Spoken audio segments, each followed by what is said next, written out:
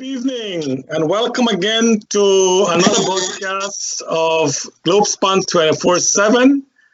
I want to welcome all of your viewers from Guyana and from around the world. I want you to sit back, relax. We have a very, very interesting program today. A lot of information, a lot of things that you will hear for the first time on this program. So call your friends, call your family, send a link, share it on Facebook, and invite everyone. Tell them we are on this evening. We want to thank also Nohar Singh for giving us this platform so we can reach out to you, and of course to Devin, our technical specialist, who will carry us through tonight. Tonight we have no stranger to us in this broadcast. My co-host is Mr. Derrick Arjune, no stranger to us. He is, of course, the president of one of the PNC group here in New York. Mr. Lenox Shuman, he's the leader of the Liberty and Justice Party in Guyana, one of the new parties that came up during the election. Mr.Sasenarine Singh, you all know he was an integral part of the AFC, but AFC has abandoned us. They are now dead meat, as we all know, and we are now CAC is an integral part of the PPP there in Guyana. And for the first time, we want to welcome a very new face to us, Mr. Ron Cheong. Ron is from Toronto, Canada. He's a Guyanese and a Canadian retired banker. He also volunteers with tours to Guyana and Africa. He's a community activist. He's a prolific writer, and Ron will share us some of the books that he wrote. He has a Bachelor of Science from the University of Toronto. And of course, we all knew of Ron from the writings of Kaieteur News columnist Freddie Kissoon. Freddie did put your name on this scene, Ron, and we were so impressed with what he wrote about you. And I'm glad that you have accepted our invitation to be on the program tonight. So, gentlemen, welcome all of you. Good evening. Hello, gentlemen. All right. The first thing we want to do tonight is, as I said, a lot of information sharing. And I know Lenox was at the meeting with the commission. Of all of us, he was the only one there at the meeting on Saturday.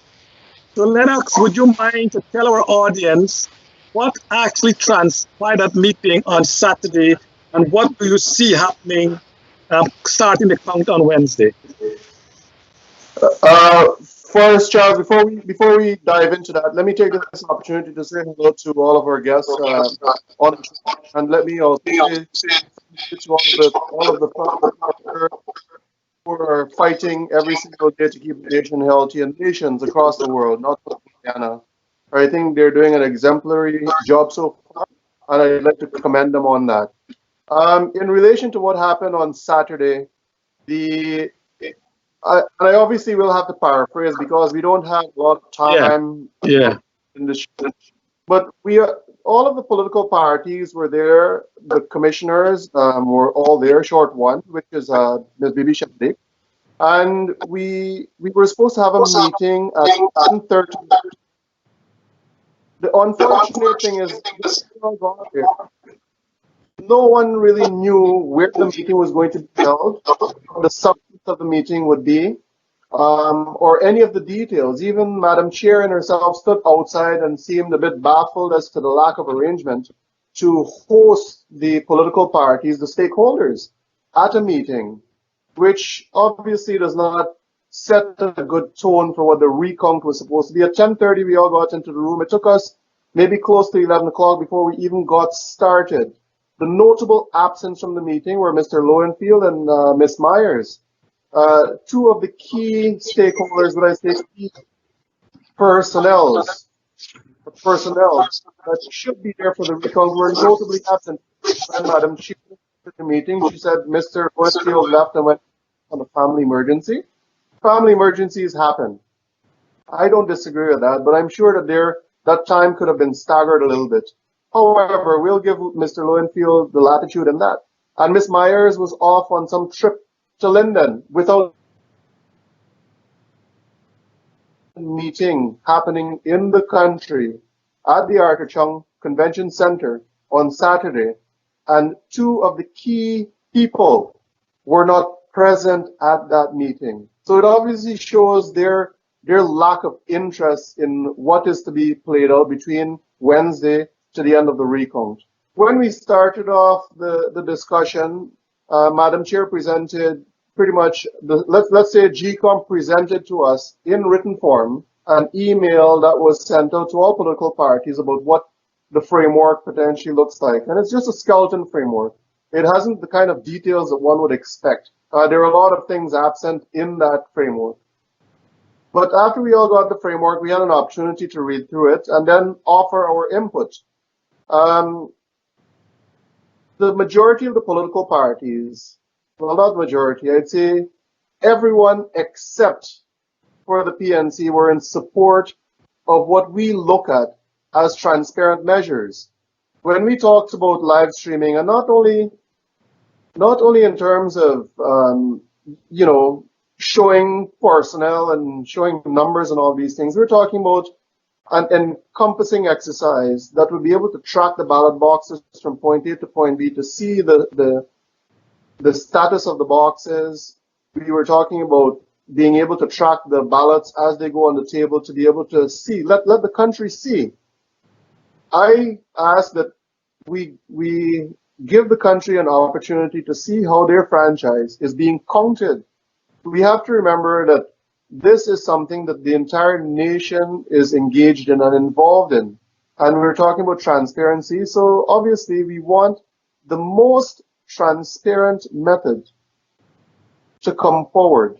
Madam Chair stated that, it's under Article 90 that they cannot have electronics in the building and so on and so forth. But Article 90, between Section 84 and 90 of the Representation of People Act, it talks about the counting of the ballots.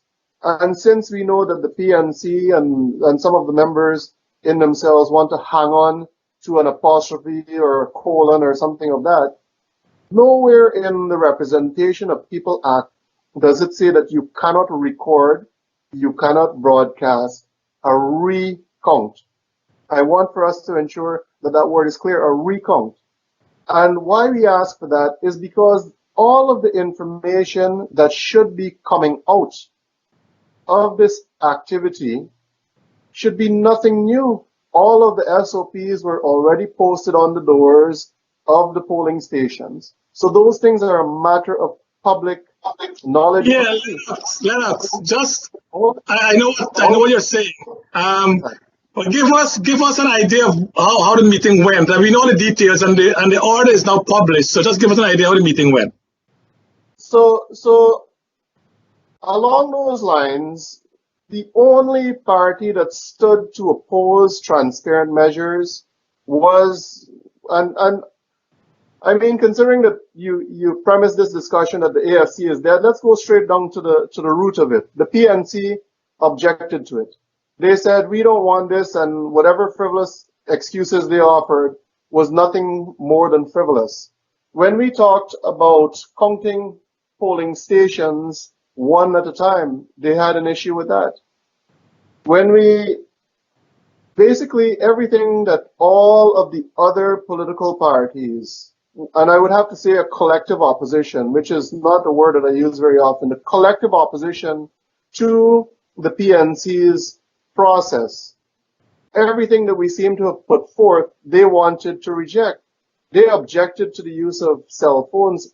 We all know that had it not been for people utilizing their devices at Region 4's returning officer's office, the country would not have seen what transpired.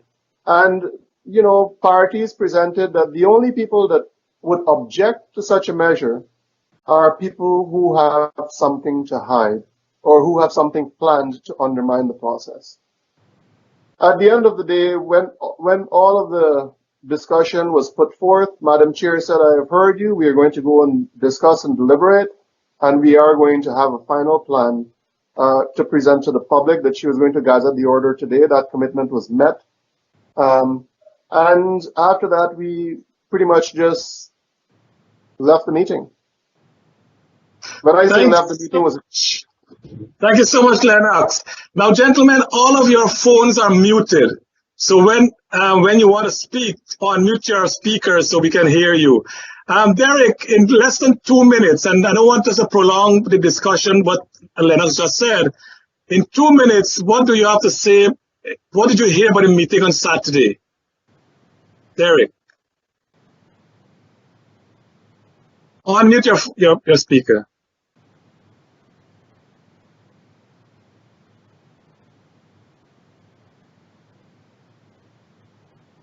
Go to your speaker and unmute it.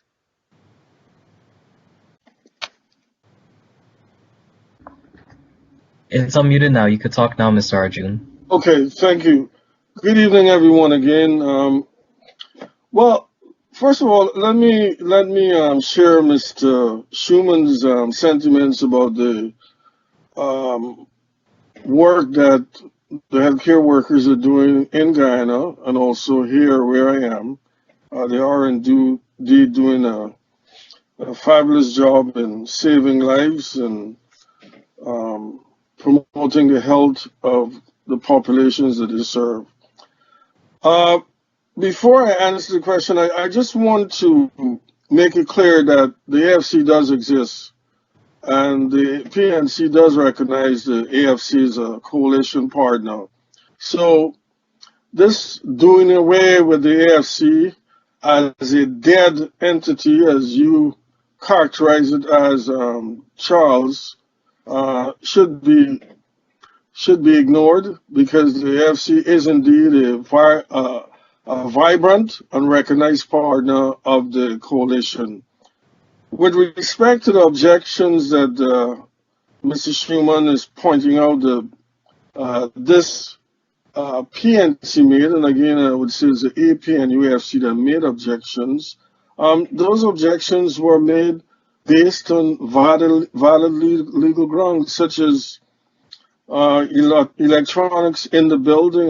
That is indeed not something that should be in a building. But what is most important, gentlemen, is the eventual order. The eventual order allows for the use Derrick, of... we will talk about that in the process. So I just wanted to give you a comment on what happened Saturday. So that's fine what you just said there. Is that okay? Let me hear Singh. No, it's not fine. I just wanted to make it clear that the objections that the APNU AFC were putting on the table were in the interest of, as that entity saw it, transparency. We do not share the same views on matters, especially matters as important as these are. And what was being done from the standpoint of what was deemed to be fair and conducive to the process of a fair and credible counting process. All right, thanks, Derrick. That's a good view of the PNC. Sis, what is your view? Quickly, please. Well, good night, Charles. It's unfair that this is my first comment and you use the first word quickly. So please allow me to make my opening statement. Good night, Charles. Good night to the other panelists, and greetings and salutations to the listening public and to the technical team behind the scene, especially Nohar Singh and Devin. The political situation in Guyana is almost like a man-made disaster, driven by greed. This is what I'm seeing being on the ground in Guyana. It's like a spontaneous eruption that is causing the operators of our political system to refuse to listen to the signals issued by the people over the year. Now, I want to make this very clear. You see, before we actually go to this entire process, I know that a lot of people in the PNC, because the machine or the engine behind this entire operation is the PNC. Say it, if you don't mind, sorry, if you don't mind, just give us a view of what happened Saturday, and then we'll get into the details later. Well, Thanks. I mean, I have no views on Saturday, so let me just use 30 seconds to make this point. The machine behind the entire operation is the PNC. And what the PNC did since 2015 to now was a series of successive mistakes, that has caused them to be where they are, which is at the losing end of this battle. Now, what I would really like to focus on, if you permit, is on the process that I see based on my readings of the order. But I mean, I defer to you because you're the moderator. Yeah, and that's what we're coming to actually. We're getting to the order. I know we have Ron on with us tonight. But Ron, do you want to give any opinion on what happened on Saturday and what is likely to happen on the recount? I know you have some details we want to go through, and I think the public will be impressed with what you have to tell us. But is there anything you want to tell us before we start? Press the unmute button to start. Unmute your phone. Unmute your phone. I think Devin might need to do that. Right, yeah. Mr. Ron, can you click the unmute button on the screen?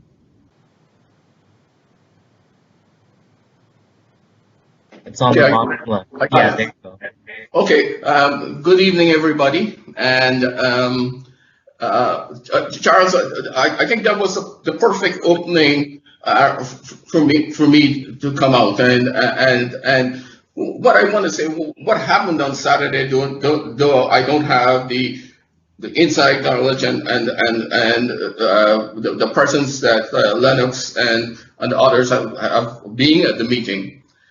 What I can say is that there is a common thread connecting all of these inexplicable and self-destructive gyrations going on in the last couple of years in Guyana.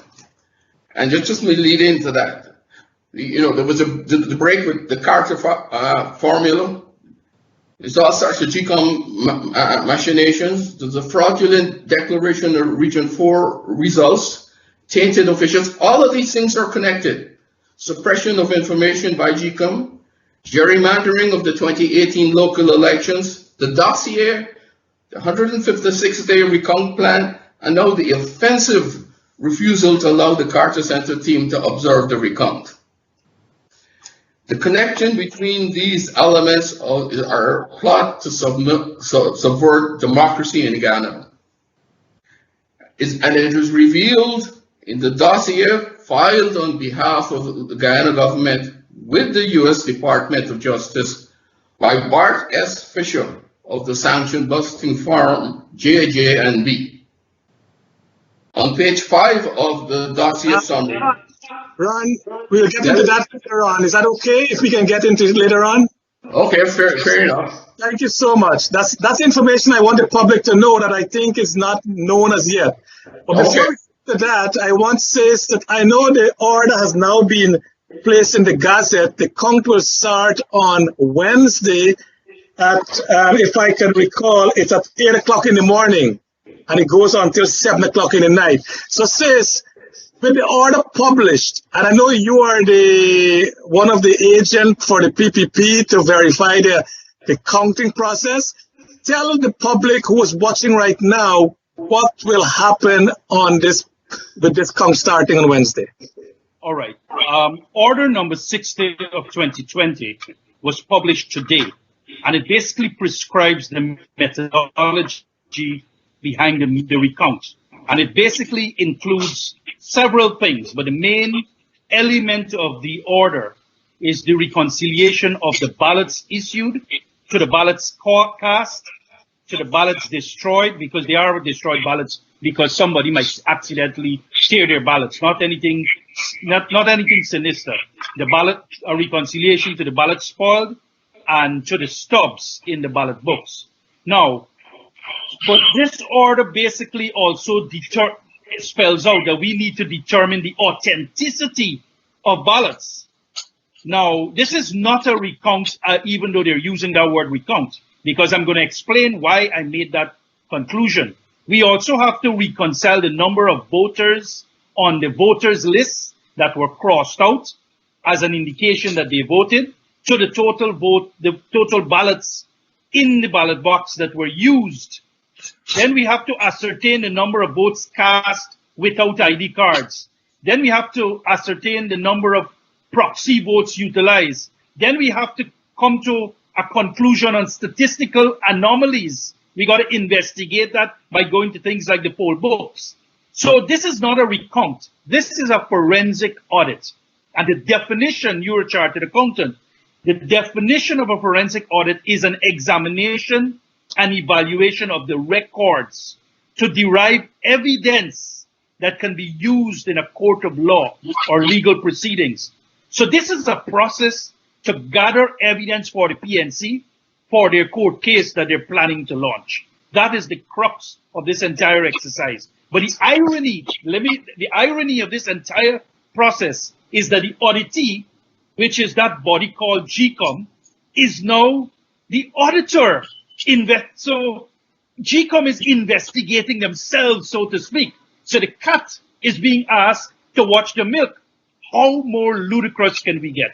And basically to achieve this process, the international observers have been literally banned from Guyana because they were the loudest voice between the period of March 3rd to March 13th that exposed and internationalized the fraud, because it was fraud.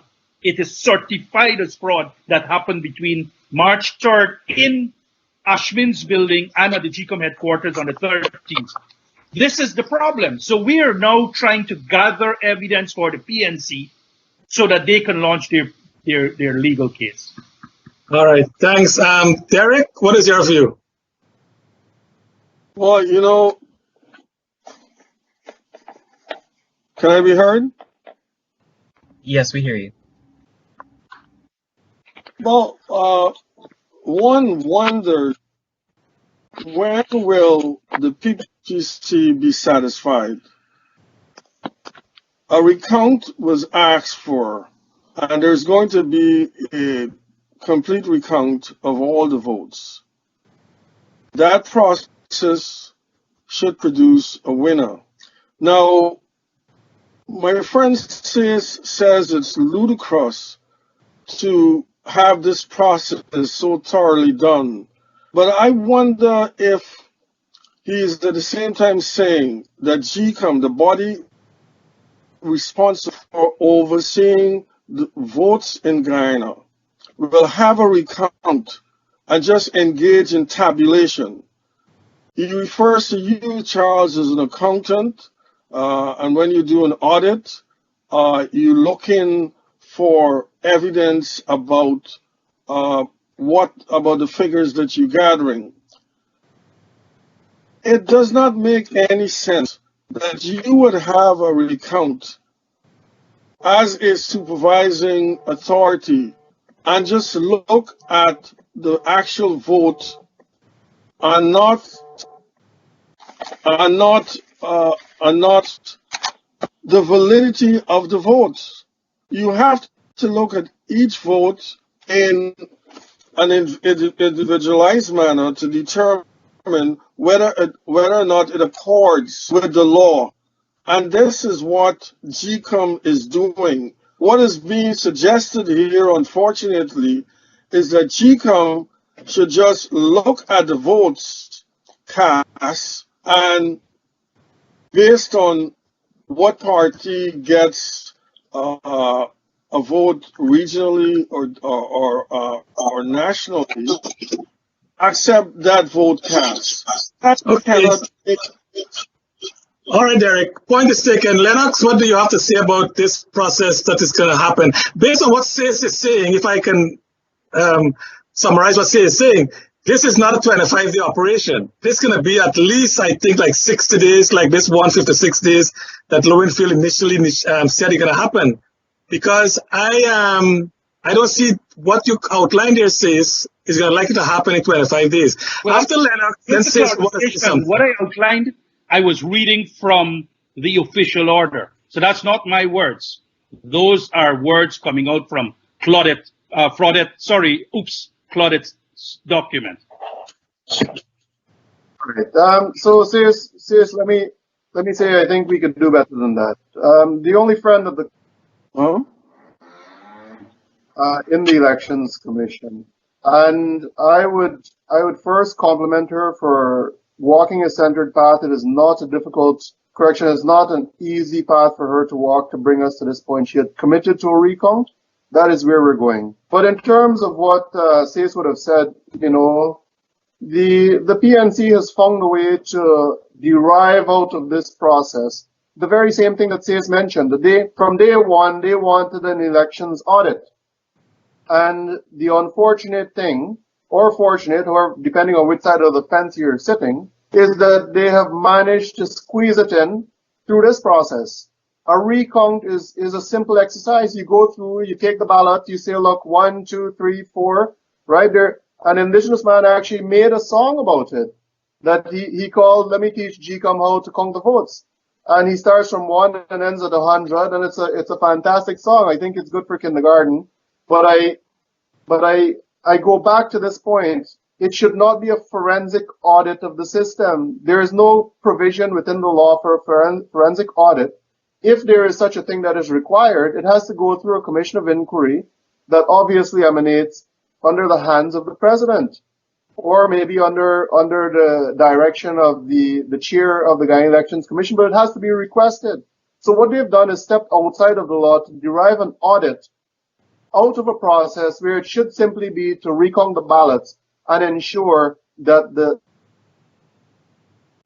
is actually what is recorded for each party. Because ultimately, that is the issue, or that was the issue when Mr. Mingo attempted to mangle those numbers at Region 4. There was no, all right, well, let me take a look at the ballots and see how many people voted. Are these votes valid and all these things? It was a very simple process. And if you look at what sections 84, 85, 86, all the way up to 89 says of the Representation of People Act, it does not say that you have to go and examine and do a forensic audit to get this process done. There is no such prescription in the laws of Guyana. So what they have done essentially is taken this process outside of the laws and derived out of it an elections audit.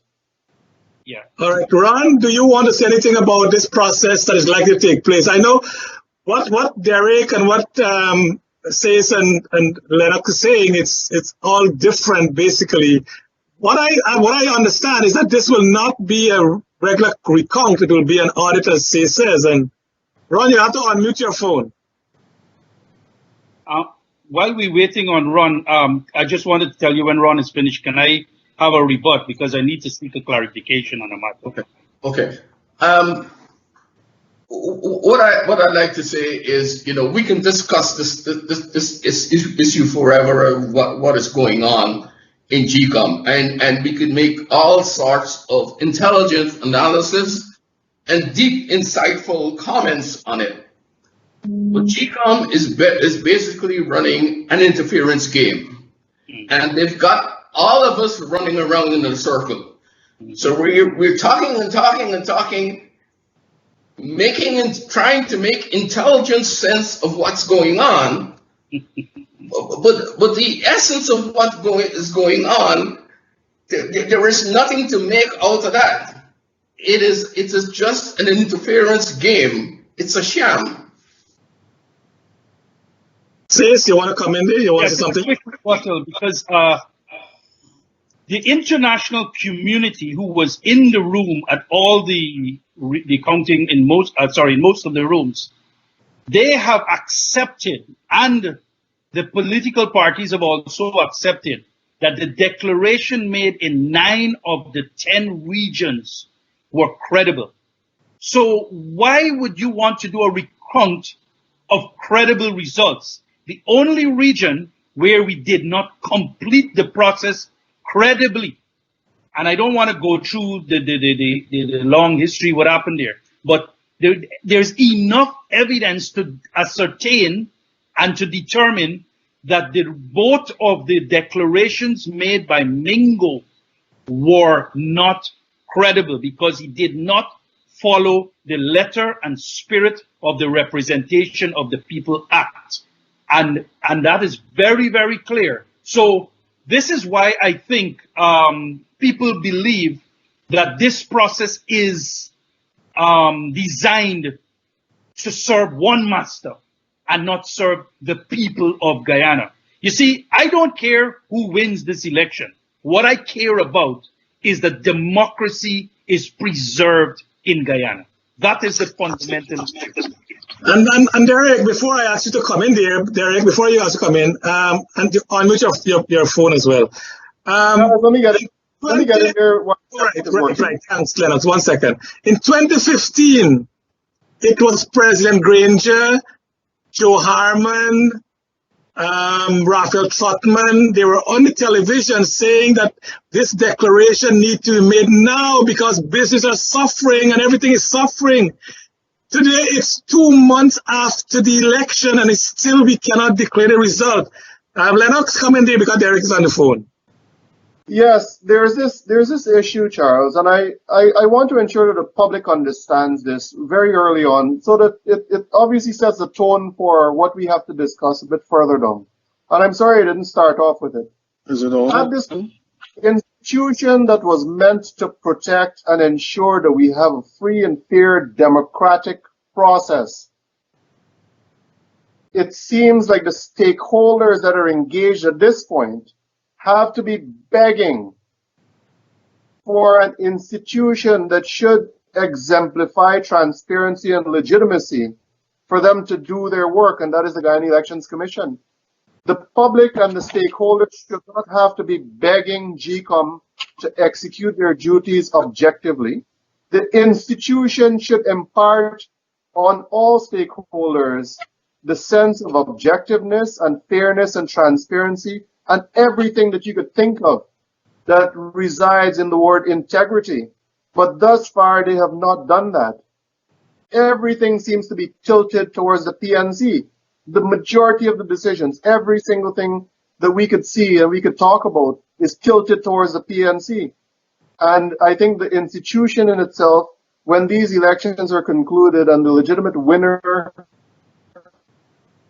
the institution in itself obviously needs a massive, massive overhaul. Charles, just one line. Sis, before you go on, let Derrick come in there, please. Thanks. Derrick? Now, it was said by Sis that the international community said that only in Region 4 the election result was not credible.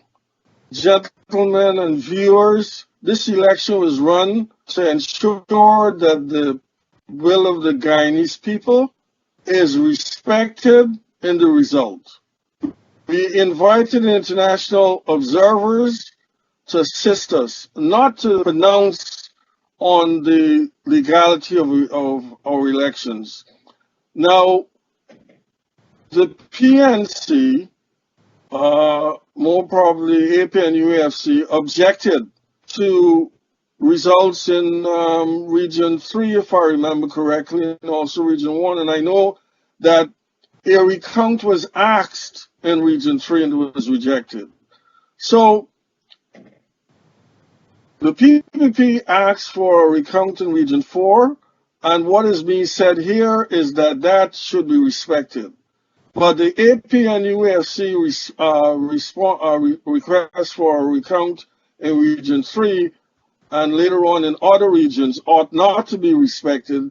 And imagine the underlying reason is that the international community has stated that the results in the other regions are fine, but not the one in Region 4.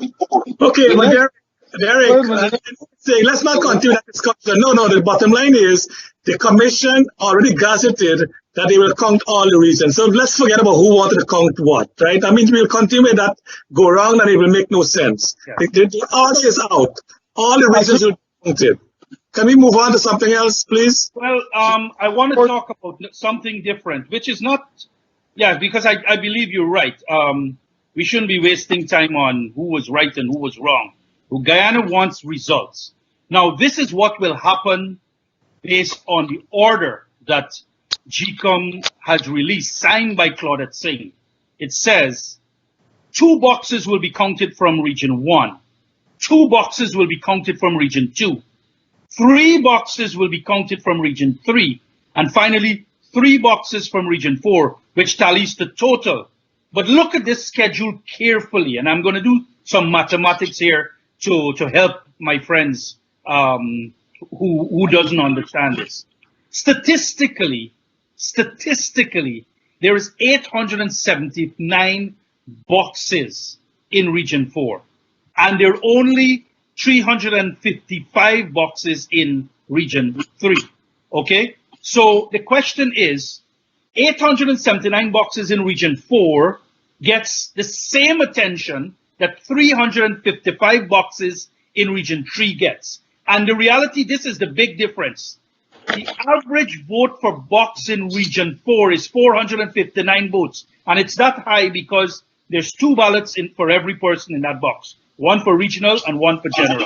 Sis, I get your point. Sis, I get your point. But the point, No, what I'm saying is, let me the summarize. point is already made. We can't change it now, can we? I agree, but the point is you need to recognize the entire schedule, the scheduling of this so-called recount, but it is really a forensic audit, is rigged to end up with the same outcome, which is Region 4 being the last to be declared.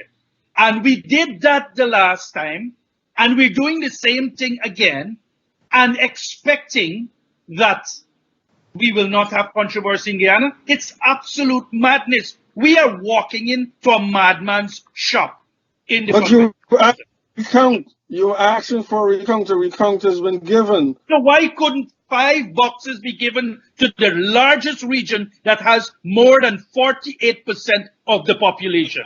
You're talking about 5 counting stations. And I need to make a point. And Derrick, Derrick, 1 second.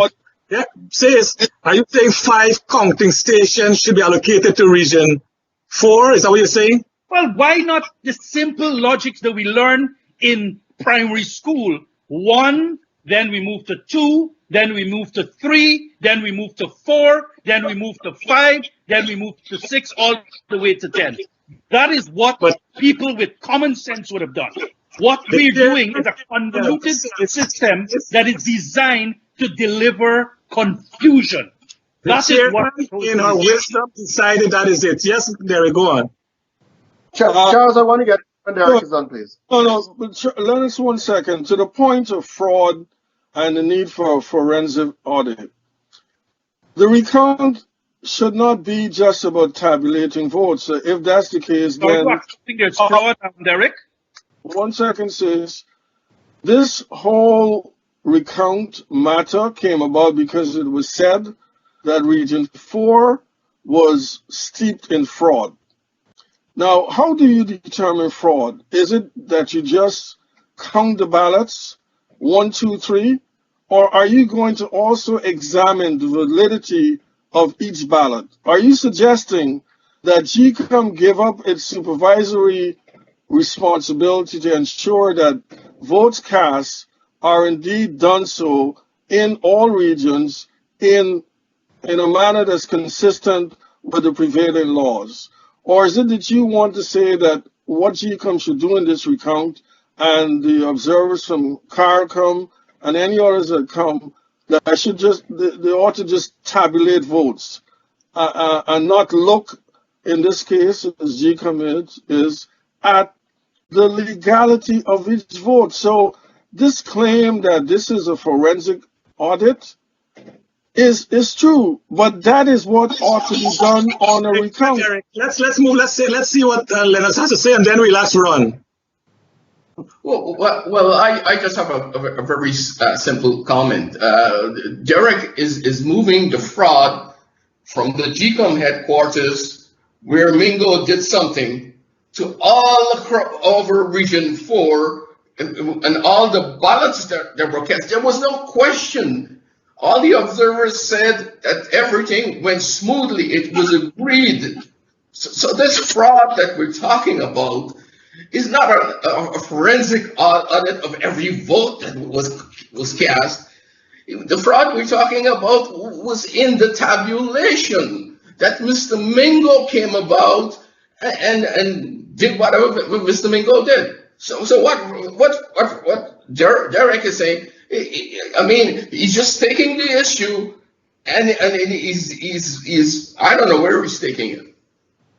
Well, not only that, but Lennox, before you go on, Lennox, not only that to Ron and to Derrick, is that in Region 4, 421 of the 869 boxes was already verified. Already So, And verified as satisfactory to the. and let me add this: Okay. the 431 or 461 boxes that were verified were in Georgetown. Were Georgetown boxes, the most critical area for the for the determination of what will happen with the. That's a very valid point. Yeah, Lennox, go on. So, Charles, one of the things, and I go back to Cesa's point about the numerical order of things. If you look at what happened in Region 4, there was mass confusion because Mingo and himself tried to undermine the Representation of People Act when he decided he's going to declare the result before we even concluded the exercise of tabulating the votes. So he literally truncated the tabulation process and say, I'm going to make a declaration. And if you look at it, there are two declarations that he made. And those two declarations did not match. He made one from the Ashman's building. And then he also made one from the GCOM headquarters. And both of those were different. Now, I quite agree with Ron that all they're doing is transferring this fraudulent process to the Arthur Cheong Convention Center. I say that because when all of the other political parties once again advocated for a numerical count from regions 1 to 10, that we finish regions 1 first, then we move to region 2, then we move all the way down until we got to 10. The only party that objected to that was the PNC. All of the other parties present were fully in support of going numerically. So why do you suppose that they want to do that? This is why, in my view, why they want to do that is that when they find out that maybe they're not leading by the numbers that they want to, or maybe they're falling too far behind, that they could now undermine the process, finishing off the counting of Region 4, and thus we end up right back where we left at Ashman's building with the same confusion and the same fraudulent numbers. Now, I know that's finish. quickly, if you might. Thanks. That is part of the order that was gazetted today, said that they're not going to automatically use the tabulation from this recount to declare a winner. So why, if you're not going to use the tabulation from this recount? Next part, Lenox, we'll come to the next part of the segment. Thanks. But the thing is, before we'll go to Lenox. Let me segue into your next segment here, right? Yeah. If you're not going to use the numbers derived from this recount to declare the winner, then why go through this exercise? It is an exercise in futility. I will discuss that. We'll discuss that when we come back. Gentlemen, just to be what we're hearing here, and to Derrick as well, all of us, is that we learn in school KISS, keep it simple, whatever you want to use the last word. But the thing is, if they had done what is recommended, and I blame the commissioners for not standing up for that they should do one region at a time, and once one is done, we go to the next one, and so on and so on. Gentlemen, when we come back, we will continue this discussion. Then we go into Ron's bombshell information for us. So we'll be back shortly. Thank you so much for staying with us. I'll be back in a minute. January marks 1 year since Globespan 24x7 embarked on this initiative to offer a platform that brings in all sides, all points of view, and all concerns. Viewers in Guyana and across the world are participating in discussions that are bringing to light issues relating to social, economic, and political matters that have been plaguing our nation. Globespan's platform offers Guyanese to express their concerns and discuss solutions in the political realm, thereby addressing the polarized situation. Discussions also include social ills, such as alcoholism, domestic violence, and suicides that have been plaguing the people. The platform also mitigates the brain drain by having speakers that live in Guyana and across the world participate in these discussions. This concept will avail a broader view for the benefit of all Guyanese, so Globespan needs your support to offset the expenses. Kindly contribute by clicking the link in the description to help support these programs. You are now able to work from home or from anywhere with a cloud computer. No more worrying if you can't get to the office. Access all of your files and work in an efficient manner with a cloud computer. Best of all, no waiting for a technician to show up to fix all of your computer crashes or viruses, or any computer problem. No more worrying about power surge or losing your files. Let Globespan set up a cloud computer for you to work from home or anywhere. Access with a laptop, iPad, or any device that you may have. You can set up your own passwords and keep all your information hidden. Globespan will set up all the antivirus programs, automatic backups, and configure a computer to fit your needs. Globespan has technicians in the US and Guyana to assist you. Call Globespan today. In Georgetown, call 225-9054. In West Coast, call 269-0141. Or in the United States, call 718-551-3290. Okay, welcome back, ladies and gentlemen. We have had a lively discussion in the first half, and we'll have much more information in the second half as we continue discussion. When we left off, Lenox was talking about the Kong. But Lenox, I want to read to you from the order that was published in the Gazette today.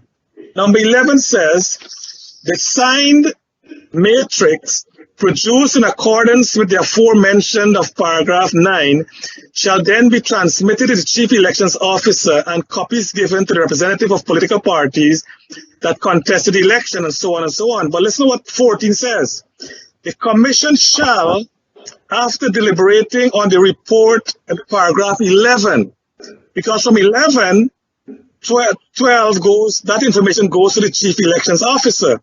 But 14 says, the Commission shall, after deliberating on the report at paragraph 11, which is the matrix produced that says will be in charge of in his party, whether it should request the Chief Election Officer to use the data complied in accordance with paragraph 11 as the basis for the submission of his report, according to the Representation of the People's Act.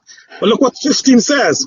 15 says, for the avoidance of any doubt, the Chief Election Officer and every person appointed or authorized to perform any act or function by virtue of this order are and shall remain subject to the general direction supervisory power of the Commission. So what it's saying is that after every count is done, every region, that is submitted to the parties, to the Chief Election Officer, to the Commissioner, to the Chairman of the Commission, and then that now will be used as the basis to prepare the report by the Chief Elections Officer. It's not that they're discarding the result, if I'm reading this correctly. Lenox, you want to start there? Absolutely. And Charles, I'm glad you brought that up, right? We have seen that where there is even anything such as a pinhole for an atom or an electron or a quark to get through, that the PNC has utilized all of those spaces to the nth degree, not only to undermine the process, but to drive their own personal agenda. So if there is anything such as a quark that can get through anything, and when you read what 11, 14, and 15 say, we have seen the way that they have voted as a commission. And I will say this again, the only friend that the country has on the commission is the chairman of the Guyana Elections Commission, Madam Justice Claudette Singh. If it is not for her presence, had it not been for her presence, I would tell you right now that the PNC would have been sworn in on fraudulent results, and this country would have been in the middle of a civil war, that the international partners would just sit there and say, all right, well, when they're done, we are going to see what we can rebuild out of this small nation. But we have to recognize that every single opportunity that the PNC had, they have utilized it to the nth degree to try to drive their own personal agenda. So when you talk about what is engaged in part 11, 14, and 15 of that order, you are going to see that there is still room in there for the PNC to infiltrate that system to derail it completely. All right, we are hoping that we gotta give it a chance, Lenox. We have a chance to work, so we hope that Charles, you haven't spoken about the tabulation process at all. You haven't spoken about the tabulation process at all. So we're missing a critical element of the proceedings. Okay, fine. We'll let Derrick come in, and then you will go into that as well. Thanks. Well, I'm happy to hear that Mr. Shuman considers the chairperson of the Elections Commission as a friend of Guyana. And indeed she is. She has sought to ensure that the result of this election does in fact reflect the will of the Guyanese people. Indeed, it was her affidavit sent to the Court of Appeal that influenced that court. Derrick, can we move on to what's happening now? Those are past things. Everybody knows that already. Please, if you don't mind. Thank you. Charles, the chairperson has been for fairness. And when you look at paragraph 14 that you just read, it says that the commission shall, after deliberating on the report, determine whether it should request the chief elections officer to use the data compiled. If you accept the fact that the chairperson is seeking fairness here, then we have 3 commissioners on one side and 3 commissioners on the other side. One could expect that Ms. Claudette Singh will be asking if indeed the AP and UAFC objects to the receipt of a report. She will vote with the opposing commissioners to ensure that that report is accepted. That is consistent with what she's been looking for all the time. Excellent. Incredible. Thanks, Derrick. Says before you give us how the process can happen, Ron, you want to come in there and say anything about what the order is? Well, I missed some of the conversation, Charles, but just one small observation is that process is being used to confuse and carry this thing all over the place. So anything that's going on, you can divide it into 500 steps and argue about each one of the little steps that is involved in there.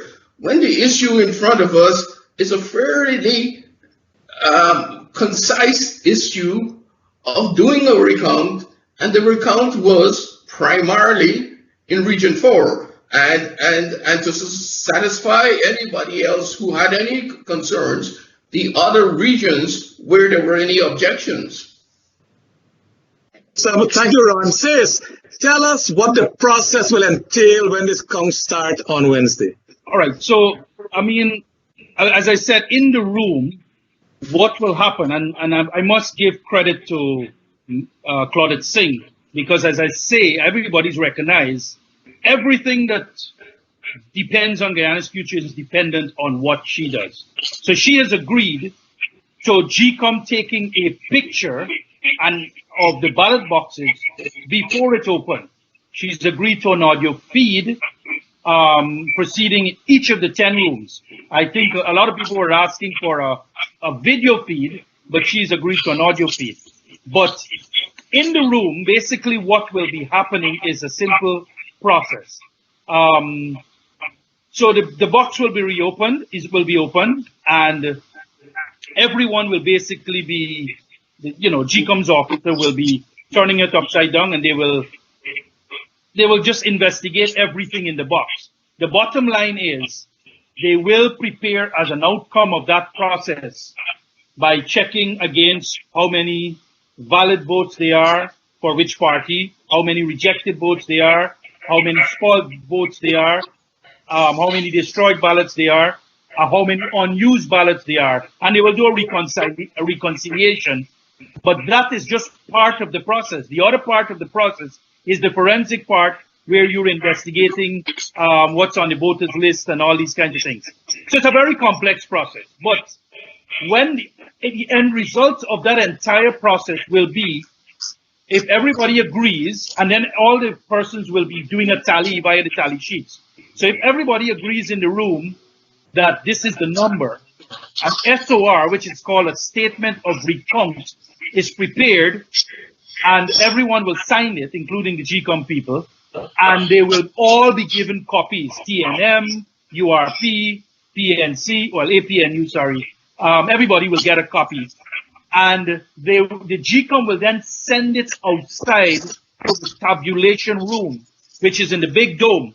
You know, the big dome, anybody who knows the building will know the big dome. In the tabulation room, we'll have two screens. One screen will be the ascertainment center, and another screen will be the tabulation center. And what is the ascertainment process? It basically means that you will be putting the SOR on what you call like a transparency on a projector, and it will project on a big screen. Well, we could call it a bed sheet too, because the last time GCOM used a bed sheet. So it will be projected on this big bed sheet, and the GCOM officer will says, okay, according to what is up there, and according to what's in my hands, APNU gets 10, you know, TUF gets, well, not TUF, URP gets 12, whatever is the results. Everybody will says, yes, we agree with what you just called. Then it moves to what we call the tabulation desk, where there's a tabulation officer who will populate something called the tabulation matrix, the famous spreadsheet. Now, that will also be projected onto another big screen, which jovially web sheets, as we call them. Our expectation is, if ballot box number 4001 is populated in the tabulation matrix, then immediately we'll see a running total, which will says, this is the total for the box entered. And at the end of a periodic period, and and the expectation is at the end of every day, all the stakeholders will be aware what is the grand total of those 50 boxes that were counted. And they will take a photograph, they'll take records. So they'll say, okay, we have a closing balance of 50 boxes counted, and these are the results. This shall serve as our opening balance in the next day. Now, this is a very important point here. The information from this tabulation, GCOM has agreed to broadcast it to the nation. To the nation. So this tabulation says, so the tabulation part of which you will be a part, that will be broadcast live. Is that so? To the nation. Well, they said broadcast. They didn't really say live. But I know that at times during the day, the nation will have a running balance on this is what we've done so far. Then at another time, they will. But the expectation is at the end of the night, at 7 p.m., the nation will be able to turn on to their TV, TVG, or wherever, and they will see this is the total count we've accomplished at the end of day one.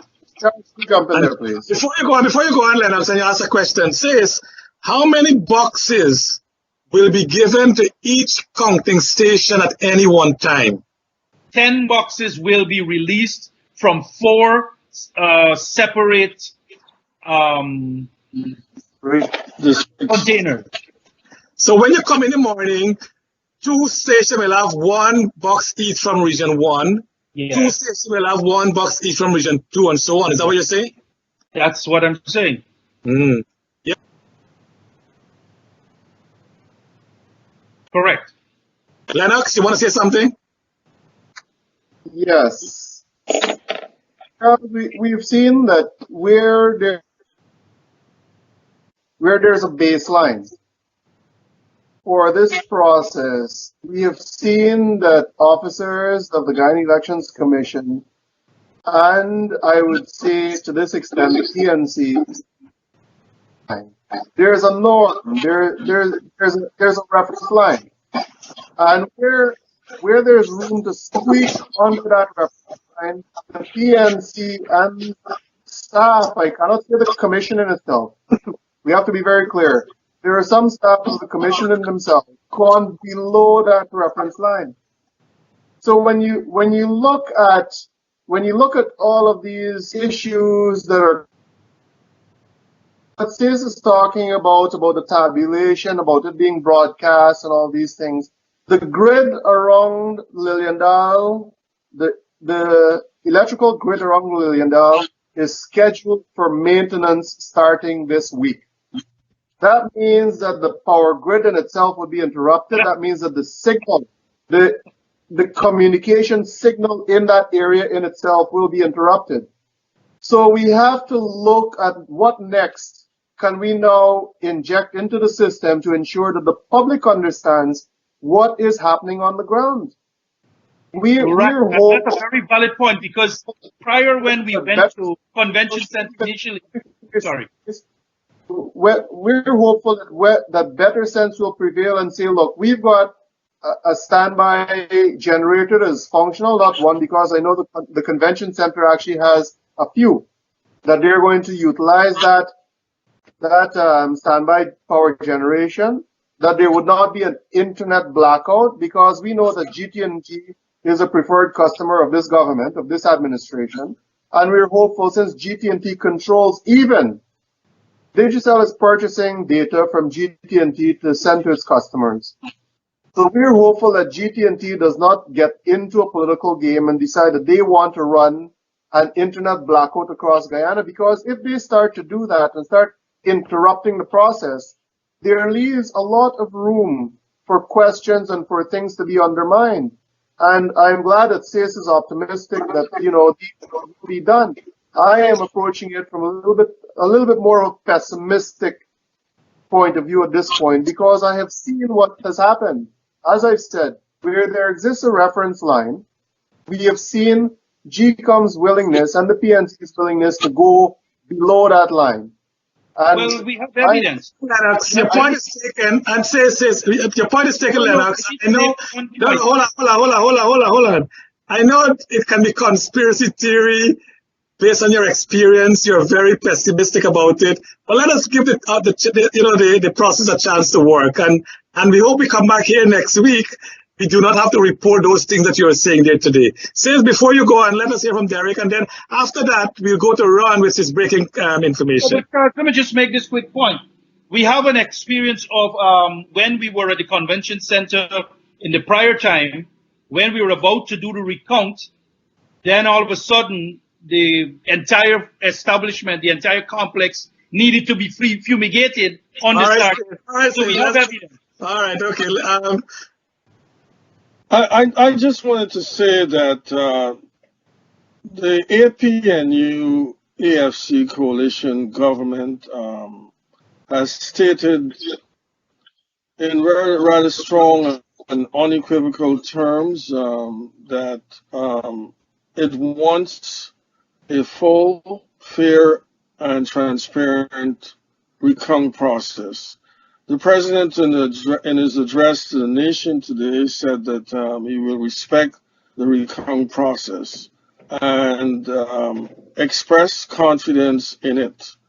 Now, despite what some of the panelists are saying here, there's been no expression to the contrary by any representative of the APNU AFC that this recount ought to be slanted in favor of the coalition or anyone else.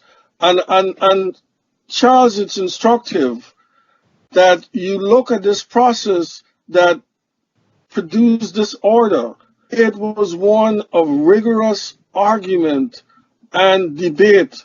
It was subject to several days and if not weeks of debate.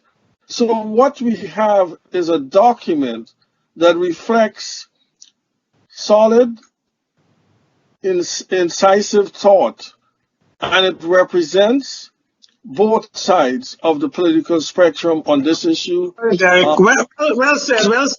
Except to say a couple of things we just said there. The president made a declaration today and he made a statement. But I can recall in December of 2018, he also said that he will abide by the ruling of the parliament. That didn't happen. He said he will abide by the selection of the elections commission of the chairman. That didn't happen. So the president is saying one thing, and I listen to what you said there. The president is saying one thing, but his practice over the past year or 2 years has been different from what he's saying. But let us leave that for now, and we hope that what he says now. Charles, I want to you, all of you, that you live in a much more democratic Guyana than in Okay. All right. Now, we have with us gentlemen this afternoon on the program. Yes. Seconds there, please. Give me 30 seconds there, please. Okay. No, go ahead. Living in a democratic society also means that we have to live in a law-abiding society. And through this entire process, from 2015 to date, we have not seen a government that is willing to abide by the rule of law.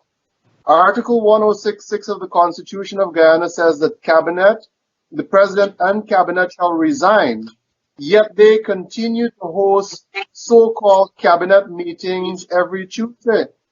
Even this week, they're doing it. Continue to seemingly operate in their substantive portfolios. So I think there is a point here, Lenox. Yeah, I mean, again, we're not bashing anyone in the program, just saying what all of us know, that the president's saying one thing and doing something else. But gentlemen, I want to go on. Let me finish, right? Democracy obviously goes hand in hand with the rule of law. You cannot repress and suppress a society and say you're living in a democratic society. Take, for example, what came up earlier with the Carter Center's accreditation.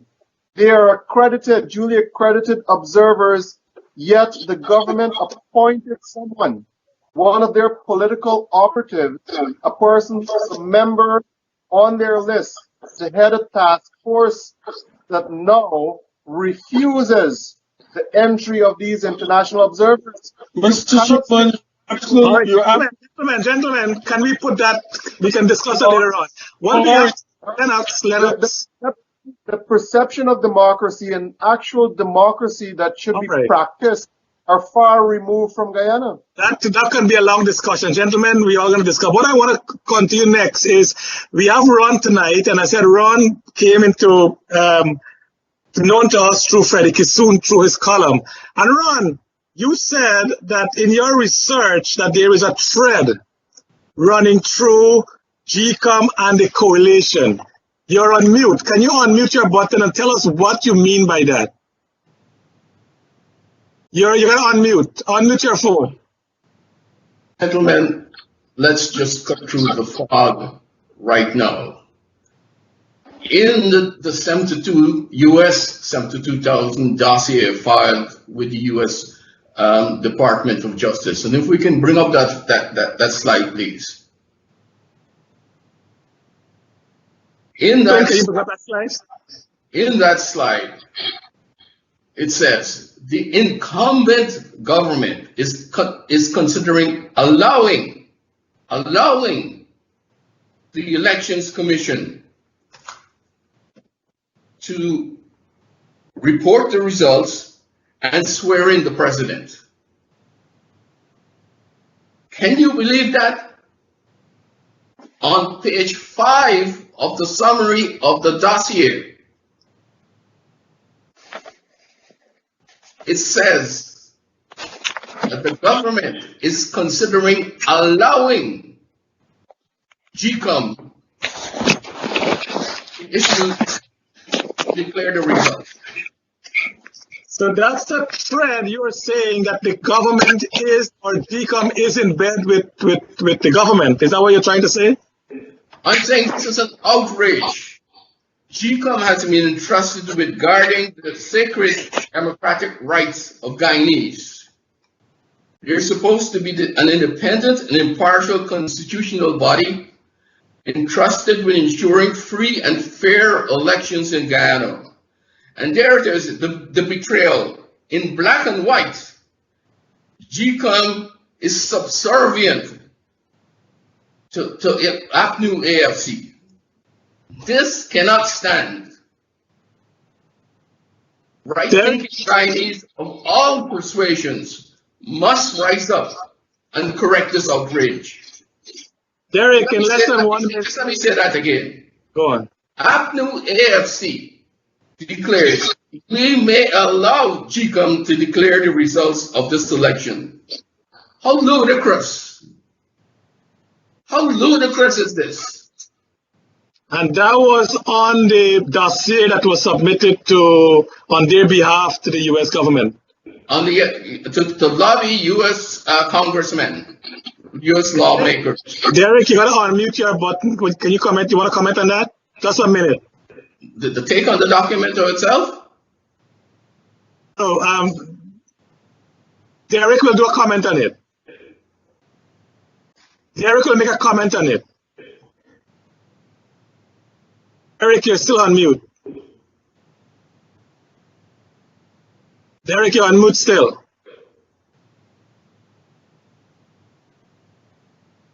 Since Lenox, you're on mute. You want to go on? I can actually jump in a couple of things. I wanted to actually hear a little bit more from Ron on the mathematical interpretation that he did with regards to why he believed that the APNU AFC would have statistically lost these elections. Because I read his report. He's coming to that. He's coming to that, sis. He's coming to that, if you don't mind. I'm just comment on the first part when the document, the dossier that was submitted. I don't want to comment on the dossier because I would not dignify garbage. And that is what it is. Sure. Derrick, you want to say anything in a minute, please? Well, if the language says it's considering, the language doesn't speak to the president and the government taking an action. The language speaks to consideration. Now you might, Derrick, the language says the government is considering allowing. You can only allow somebody to do something if you've got control over them. I listened to you. Would you listen to me, please? It was something under consideration.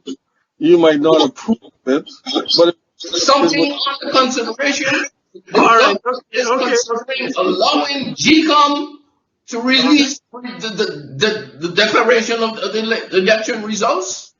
The government has do better than that, Derrick. Come on, you got to do better than that. No, the government has a right to consider.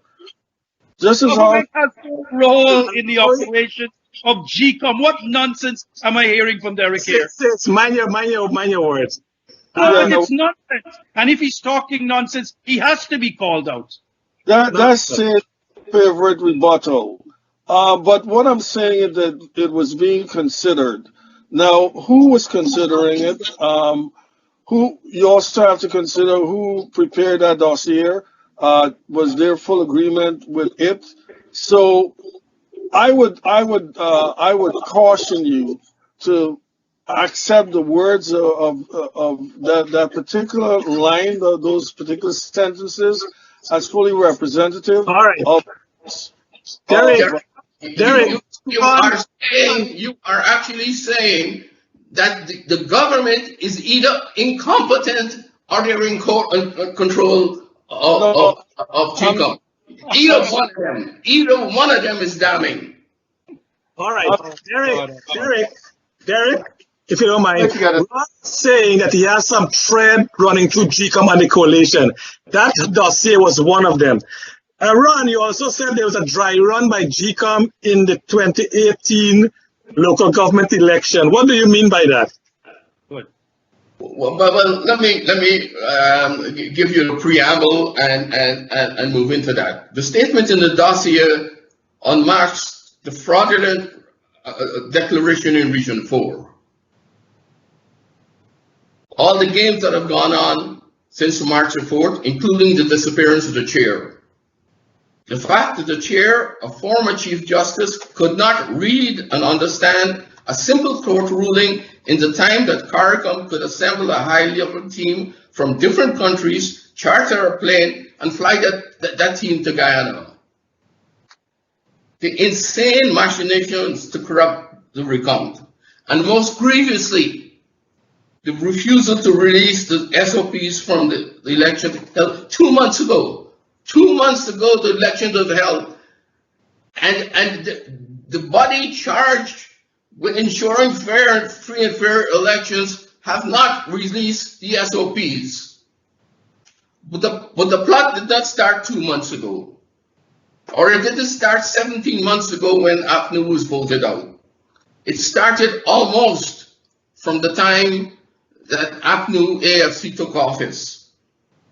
And this is where I can get into the dry run. We need not go back to 2015 when they took office, but we can go back to 2018 during the local government elections to see the extensive preparations on the Lowing Field to rig the 2020 elections. And I know we don't have time to talk about it very much tonight, but Mr. Lowing Field is all over rigging the elections in Guyana. And I can give you very, very many examples. But let's just talk about the 2018. In the 2018 gerrymandering dry run, which I think is, you know, they were a practice run for 2020. 25 local government seats were expropriated from the opposition in a sophisticated crack and pack and hatch a seat operation. The operation involved 14 LGAs, required resources and expertise from GCOM and the Ministry of Communities. And Evergreen Paradise is a good example of this operation. Given the same vote in 2018 as in 2016, the PPP majority would decline from 6 seats to 2 seats. And what happened? 4 large PPPC constituencies were packed into 2. Average size 523, while 2 small constituencies were split into 3. Average size 265. So you're taking these tiny areas and they're making them bigger. And what you do there is that more seats are created. There's a hatcher seat, and you're taking the opposition areas and you're clumping together, and you have less representative in the area. As a result of that, the opposition lost 25 seats in the local government. And if we can bring up the next chart, where we can see it. We can see it visually. And you know what? By the time Devin is bringing it up, there's a feedback. Pardon? Are you getting echo there? Is it? Go on. I didn't get that. Oh, the chart is not available now? Yeah, go on. He's showing it. Oh, the chart is on the screen. Okay. If you look at the chart, the opposition areas are in red. No, that's the wrong chart. Yeah, the chart with the the chart with the map. Yeah, that one. If you look at the map, the areas in red are the opposition areas, and the areas in green are APNU areas where they have majorities. Constituencies 2 and 3 were combined, and constituencies 8 and 9 were combined. Bear in mind that combining these created constituencies, single constituencies of average 523 voters. In the green box, where there were 2 constituencies, these were split into 3. Average size of the constituency, 265 votes. And there are 13 more examples like this. This is one example. The size of the land and the size of the population were irrelevant in this ring. And from the map, the visible, both visible size and numerical evidence is there in that 2018 operation, which they intended to roll out into 2020. And then you said, Ron, gentlemen, sorry, I'm going through because we're getting so scarce of time. There are factors in the APNU loss, APNU AFC loss, because there was a no-show of votes in the AFC areas. Is that one of the slide also predict? Yeah. So if so let's go to the factors that contribute to the AFC loss. Despite the attempt to rig. First in importance and above everything else, it was the observers. It was the international observers, the Commonwealth, CARICOM, the AOS, the ABC, diplomats, the Carter Center, the private sector, civil society, and others to whom we owe a great debt.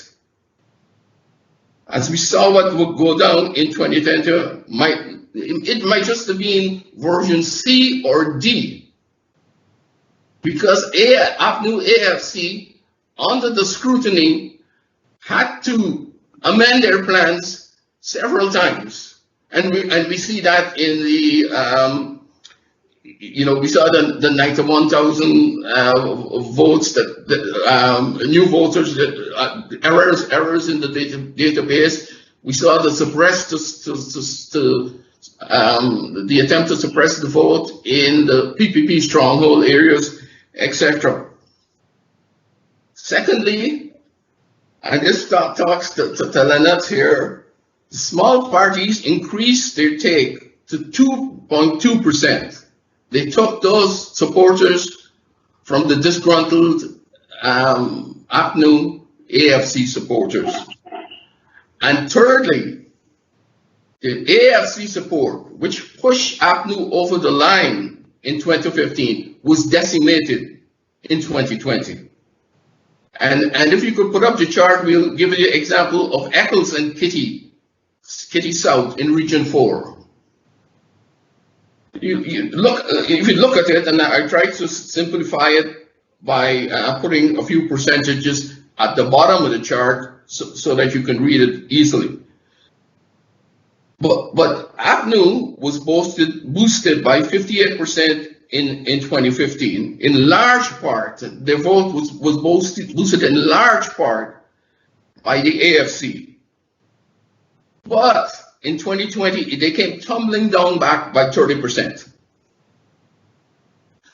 Meanwhile, the PPP vote continues, 10%, 7%, 8%. Same thing that happened in Eccles happened in Kitty South. So while the AFC was able to push APNU over the line in 2015, in 2020, they made no contribution to the APNU vote. And that is, this is not talking about the main opposition party or anything else. This is not talking, that alone tells you remember that APNU won the 2015 vote by 1% or 4,500 votes, I think, in 2015. But you mentioned in your APNU loss for Cheong, and you also said why was the verification region 4 votes terminated? You want to quickly go into that? You hearing me? We're not hearing you, Ron. Mr. Ron, can you click the unmute button for us? Unmute your button.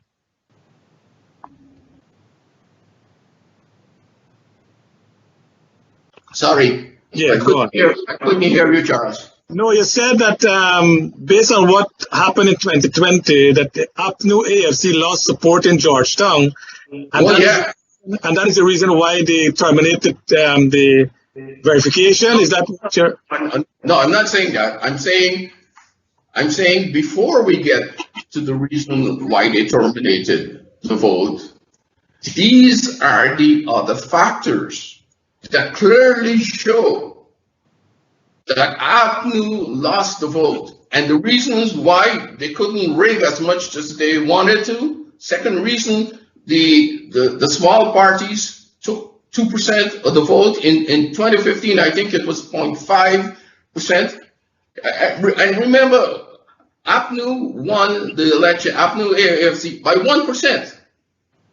The small parties in 2020 took 2%. And APNU won the 2015 election because of the AFC vote was enough to push them over the line. In 2020, there was no significant support from the AFC vote to the AFC APNU coalition. But we can go down further into why APNU lost the vote, and we get into Georgetown.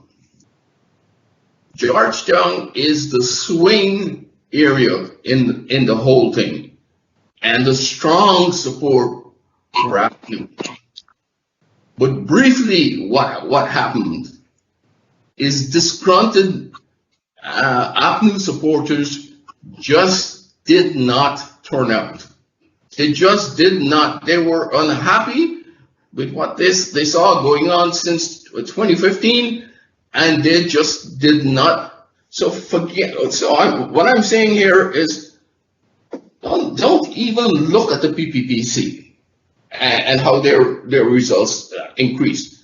Just look at the failure inside of APNU to generate the votes, and that will explain to you why and how they lost. So let's take an example. Let's take Albertown in Georgetown. If you can put up that chart, please.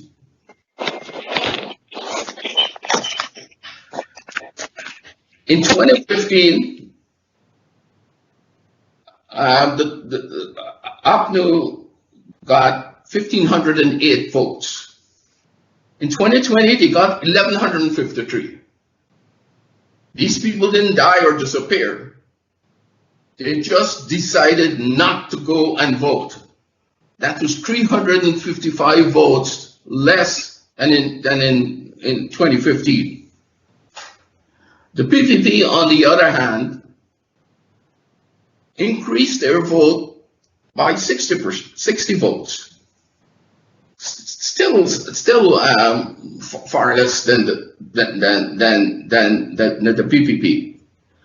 But this happened in 84%, in 59% of the districts. Imagine, in 59% of the districts. We're talking about margin here.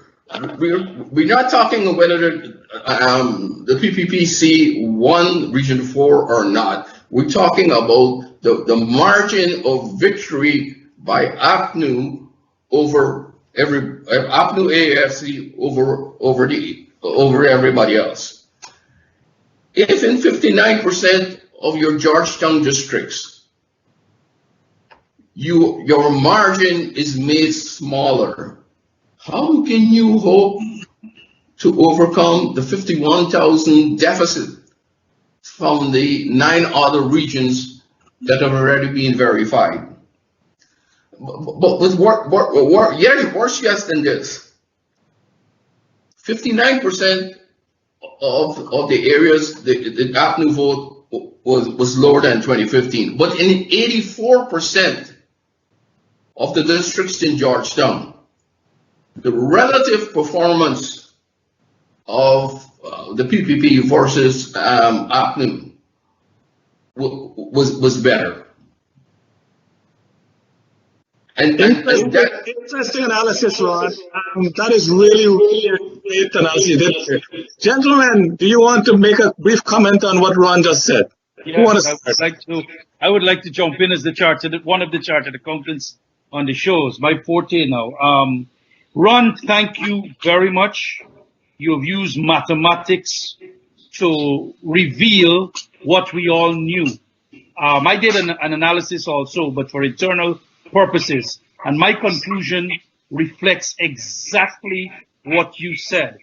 And this is the summary of what that conclusion was. The AFC was the key to this 2020 elections. Not the AFC as a party, but the AFC support base that was around in 2015. They were the key to these elections. What happened to the AFC base between 2015 and 2020 decided these elections. Elements of the AFC base, like me, went to the PPP. And I know of many of my colleagues who I spoke to from the 2011 elections who lived in Georgetown told me they did not vote, especially the younger elements. All right, Sis, thank you so much. Can we get Derrick in? This final point. The APNU youthful part of their population also was disgruntled around the issues of jobs not being created for them. And those elements that hurt the APNU tremendously. The APNU started this election on a losing foot. All right. Well, jobs and the way the teachers were treated, there was such a long list. The promises, the unkept promises, the promise to stamp out corruption, which I was a little bit impressed with. And what we salary increase, Charles. You didn't mention that. These are all that hurt. Derrick, you want to respond to Ron's comments and then in closing as well at the same time, please, if you don't mind. If I can, let me compliment the gentleman for analyzing local government elections in Guyana, an event that was not in our political landscape for over 22 years under the government of the PPP. So here it is, he has the opportunity to analyze the giving back of the people of Guyana, the right to run their government on a local basis. So I'm happy that you had that opportunity, because the APNU AFC government, in keeping with the promise of David Granger, instituted local government elections again. Now, with respect to his analysis about the decrease in support, your speaker poignantly fails to point out that the PP had a candidate could not in any way stand up to David Granger, and that was Dr. Irfan Ali. I'm not going to use any negatives to describe the gentleman in terms of qualification, but that was significant. David Granger is an excellent candidate. He's one who possesses integrity, vision, and decency. And Charles, where are you going? Where are you going? We're talking about not about the character of David Granger, and even that is in doubt. Everything else does something different. Ron, let Derrick close this closing remarks. Thank you. All right. Sorry. Not interrupt this gentleman. I appreciated his analysis. Oh, I'm giving my response, if I may. Okay. Sorry, Derrick. Go ahead. Thank you. So while you talked about the AFC falling off, and we will see what happens in the recount, you had a candidate that was seen as not the kind of candidate that many Guyanese, including supporters of the PPP, would not want to lead Guyana. So that is a factor that you're not figuring in your analysis of these election results. But all said and done, gentlemen, we as Guyanese should look forward to this recount. Whoever wins, we should recognize that party is a government and support it fully and develop our Guyana. These analyses are good for conversation, but now we're at the critical stage of our country's history, the recount. Let us Thank look you at very that. It produces a result that all the Guyanese people will accept and work with the government that emerges So, this. I know Lenox has been waiting a long time. Lenox, you want to comment on Ron's thing and then you give your closing statement, please. Let's give Saints an opportunity first, and then I'll close off if that's okay. Right. I just want to issue my closing statement because I've already mentioned my admiration for the study. My closing statement is simple. The PNC has a history of rigged elections, and many fell for the charms and abuses of Burnham between 68 and 1980. But by 1985, this country has had enough, and they let their voices be heard in 1992. And we saw what was the outcome of that. But this time in 2020, the Guyanese nation was not charmed by what took place in GCOM's Region 4 office at the Ashman building.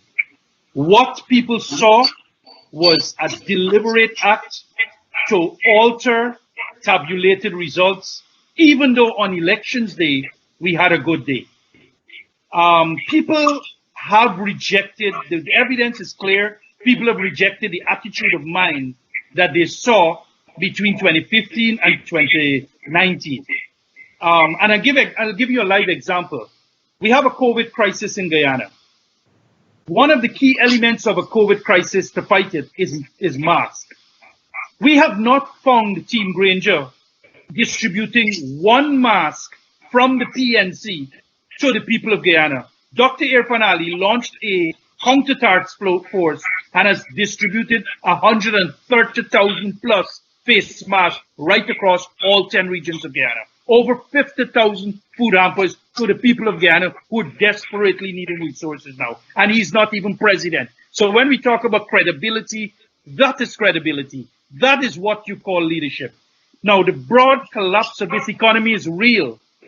The broad collapse of this economy is real. Based on my analysis of the figures that came out of the Bank of Guyana over the last 3 months, this economy has seen a 20% decline in its size in the first 3 months of 2020. And it's set to outrival the decline that we saw when we had the Great Flood, when 60% of the economy disappeared. So we got to understand the gravity of our problem.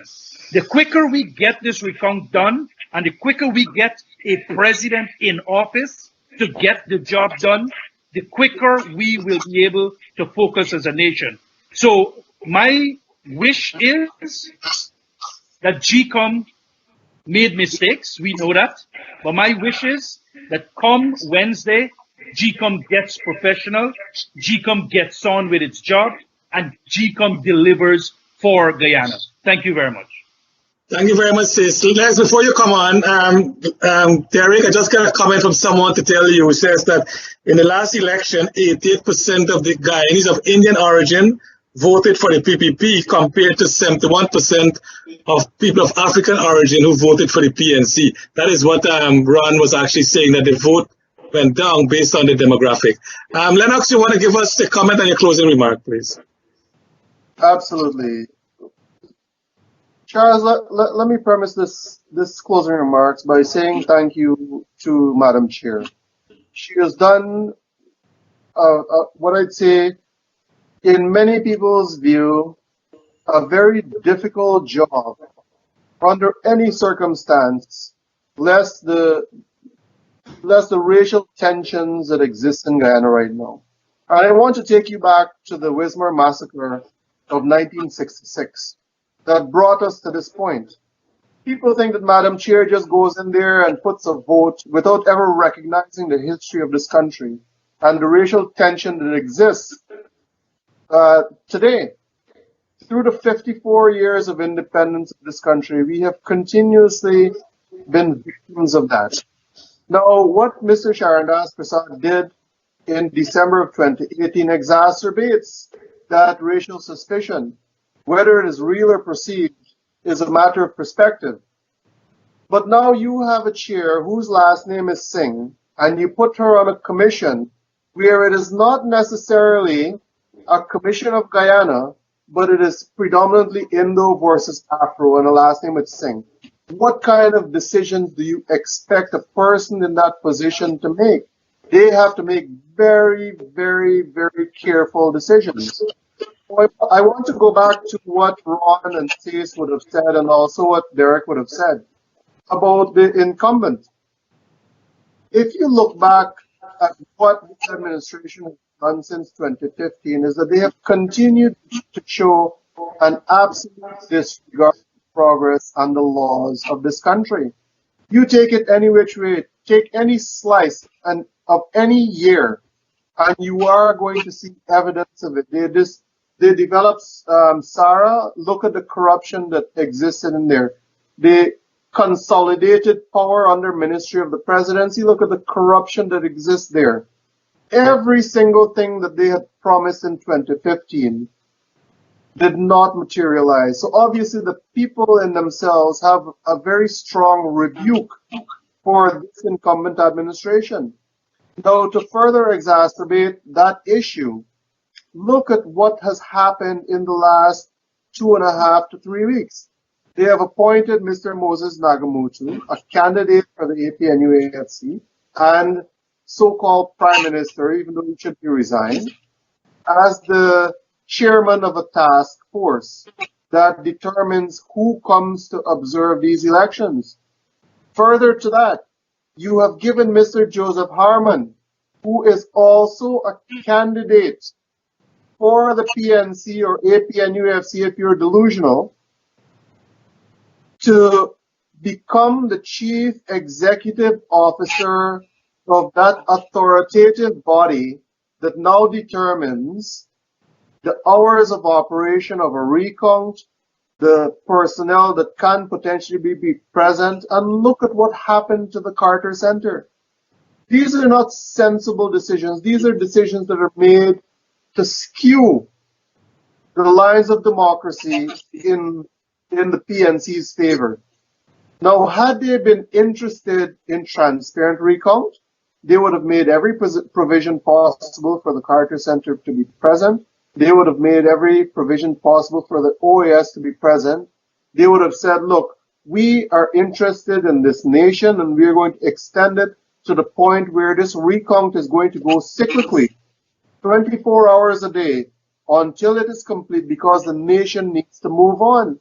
Mr. Moses Nagamutu acknowledged that because of the inconclusivity of these elections, that the country cannot access finances. These are the realities on the ground. Now, the longer you take this process, the longer you prolong this process, means that the country continues to suffer. The reason why we are at this juncture, it is because the PNC failed to deliver to the people. I'm not going to say the AFC, because the AFC, we know, died in 2015 when they said, okay, well, you know what, we're signing on. A lot of young intellectual individuals supported the AFC. But what we have come to realize is that the AFC in itself has been subsumed by the PNC. So the point that we are at right now is a point that repeats itself from 40 years ago when the PNC was in power and continuously rigged elections.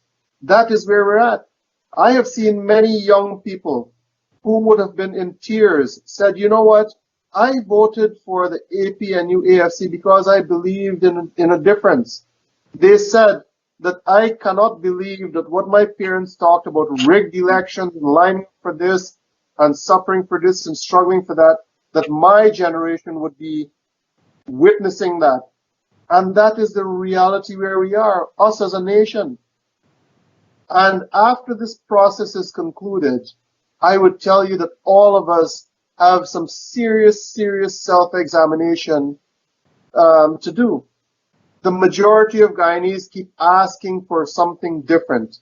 We want change, we want progress, we want this, we want that. But yet, out of 479,453 electors that voted, I would tell you that 470,000 of those people, at minimum, voted to maintain status quo. When I say maintain status quo, it is either the PPP or the PNC. That is what 470,000 people of Guyana asked for. They don't want change, they want status quo. Now we have to redefine, we have to be very insidious about what we intend on doing and redefine status quo insidiously, because that is how the electorate spoke. And I'm hopeful that after this recount is done, that we are going to have an opportunity to examine these things and find a way for us to develop what I'd say a roadmap to progress. And I'm not only talking about financial and pocket progress, I'm talking about real progress where we develop the fundamentals of what a progressive society is. Many people lay blame at the foot of Madam Chair for what she is doing. Madam Chair can only operate by the rules and laws that have been placed before her. Those rules and laws were placed there by the PPP and by the PNC. The fact that Mr. Arjune is talking about elections that have never transpired in how long in the PPP, well, guess what? I will tell you right now, he conspired to not have local government elections. So none of them can walk away from this issue of local government elections with clean hands. So it is a moot point that Mr. Arjune is going to argue about local government elections when the PNC in themselves conspired with the then administration to not hold local government elections. So when we are looking at things, looking at issues, we obviously cannot selectively offer what we think or what we want. We have to offer it in a holistic, what I say, a holistic perspective. Madam Chair of the Guyana Elections Commission is operating by the rules that have been laid for her by both the PPP and the PNC, and they only seem to want to change those rules when they are in opposition. And then they get into office, and then they want to subscribe and not change the rules. I mean, His Excellency, the High Commissioner of the UK, said it very quite clear. He said, what we have today is a reversal of the rules from 2015, when the APNU AFC was asking for the diplomatic community to intervene and to try to bring resolution to these issues. Now the tables have turned 180 degrees, and it is the PPP that is now asking the international community to do the same. We cannot keep repeating this cyclically. We need some fundamental changes in this country. And I'm hopeful that when these elections are concluded, that we are going to have that opportunity to address those issues comprehensively. Thank you very much, Lenox. A very long closing statement, but well said as a political leader. You sound like a politician, a real politician there. Ron, your mute is on. You want to give us your closing comment, and then we'll finish tonight's program. You got to take off your mute. Okay. Well, a few things are evident almost the instant that the APNU AFC came to power. They began to dismantle democratic tenets and bring in sedition laws to muzzle the press and critics. They broke with the Carter formula which served Guyana well for two decades. They solidified their hold on GCOM, first with the unilateral appointment of Justice Patterson, which the CCJ had to shoot down. Then no fit and proper replacement could be found among the multitude of distinguished Guyanese.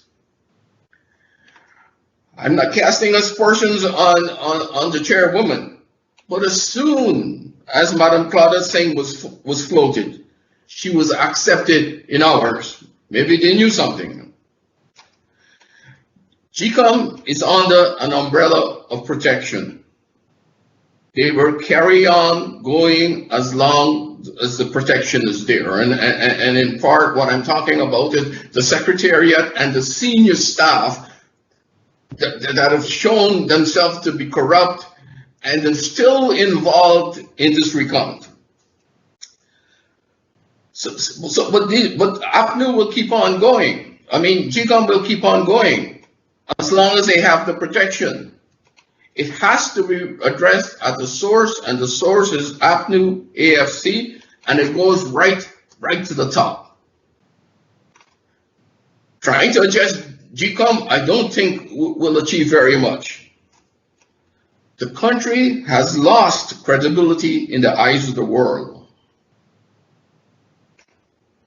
The government is, or the APNU, AFC representatives are right in your face, and they're in the face of friends, allies, CARICOM, our Commonwealth brothers and sisters, and even the USA.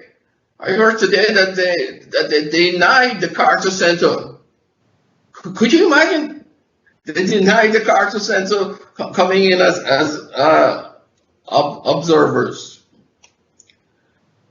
All patriotic and right-thinking Guyanese must rise up and say this will not stand, including our friends on the panel here, people of all political persuasions.